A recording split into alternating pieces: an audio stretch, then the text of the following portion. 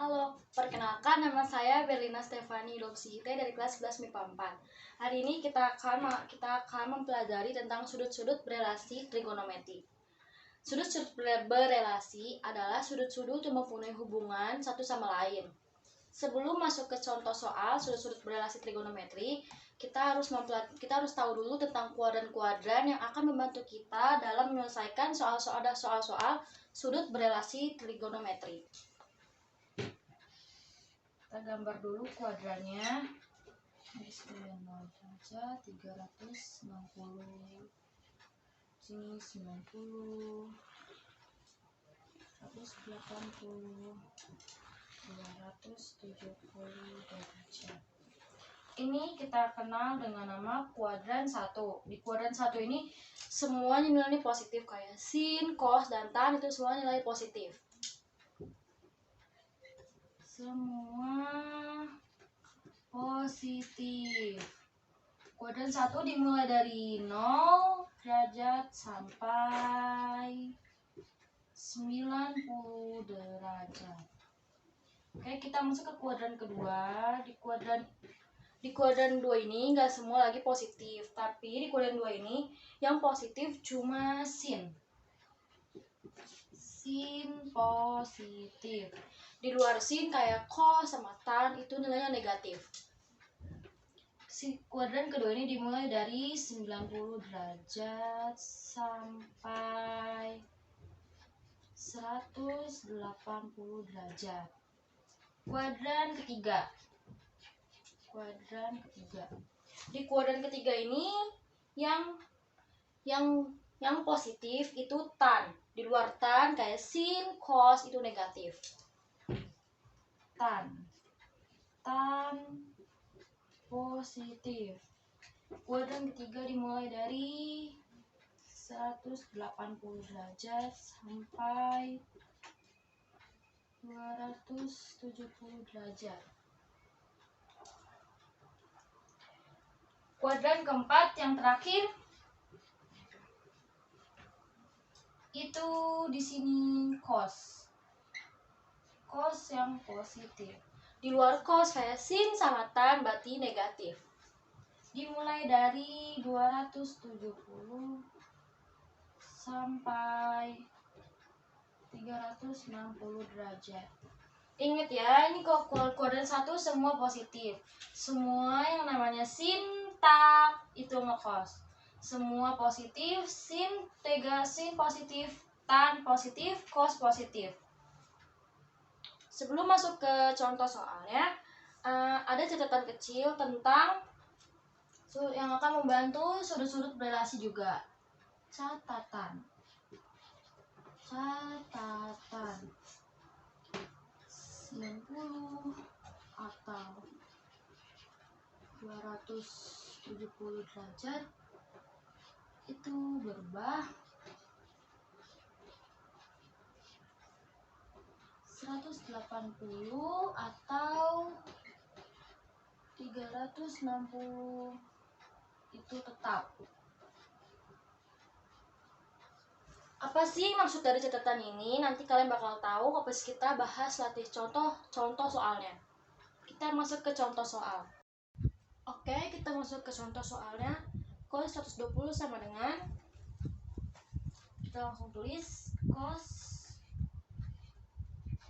120. Kita pakai yang tetap dari 180. Tulis lagi cos 180 kurang 60. 180 kurang 60, 120. Ingat, kita fokus ke yang belakang aja.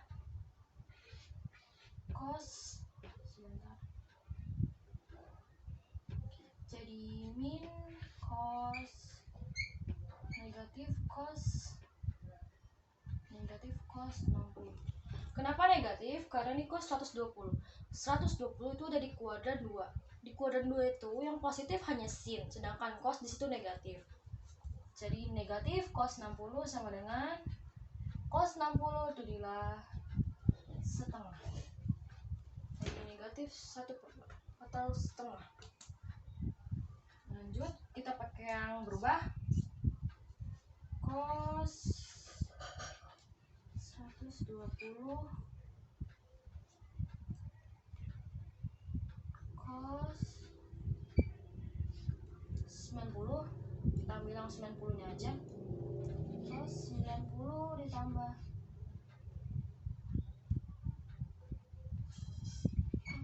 tambah 30. Ingat, kita ambil yang belakangnya aja. Tulis lagi di sini. Jadi karena kita pakai yang 90, jadi maksud catatan yang di sini itu karena kita pakai yang 90, berarti yang tadinya cos akan berubah jadi sin. Yang tadinya sin akan berubah jadi cos. Setiap pakai yang berubah ini. Jadi sin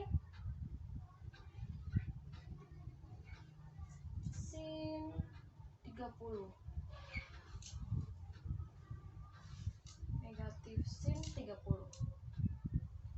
Sin 30 itu setengah. Jadi negatif sama hasil dari sama.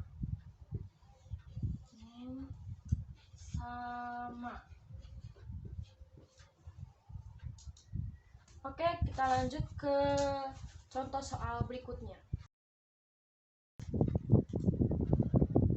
Oke, kita masuk ke contoh soal yang selanjutnya. Sin 150. Jawab. Kita pakai yang tetap dulu. Jadi sin 150.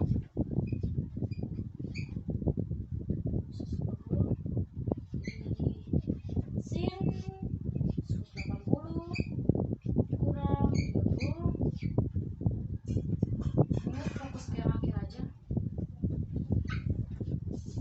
Sin 30 itu nilainya. Lanjut pakai yang berubah.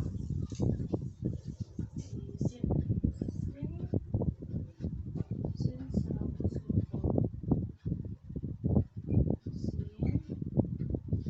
Kita ambil yang 90.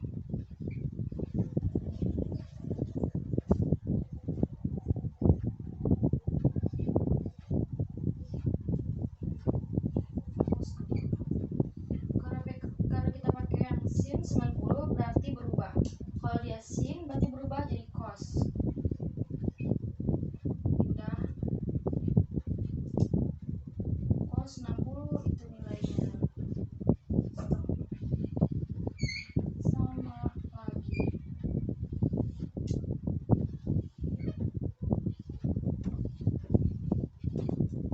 Nah, jadi kesimpulannya itu kita harus semua ini berlaku buat sudut mana aja dan sudut apa aja. Jadi ingat yang tadi, kalau kita pakai yang berubah, kalau kita pakai 90 atau 270 itu berubah. Misalkan kalau sudut awal itu sin akan berubah jadi cos, begitu pun sebaliknya, cos sin cos. Kalau kita pakai yang tetap 180 atau 360 itu bakal tetap. Kalau tadinya sin bakal tetap jadi sin, yang tadinya cos bakal tetap jadi cos. Jadi gitu ya untuk materi sudut-sudut berelasi trigonometri. Kalau ada salah kata, pengucapan atau tindakan tolong dimaafin. Terima kasih. Wassalamualaikum warahmatullahi wabarakatuh.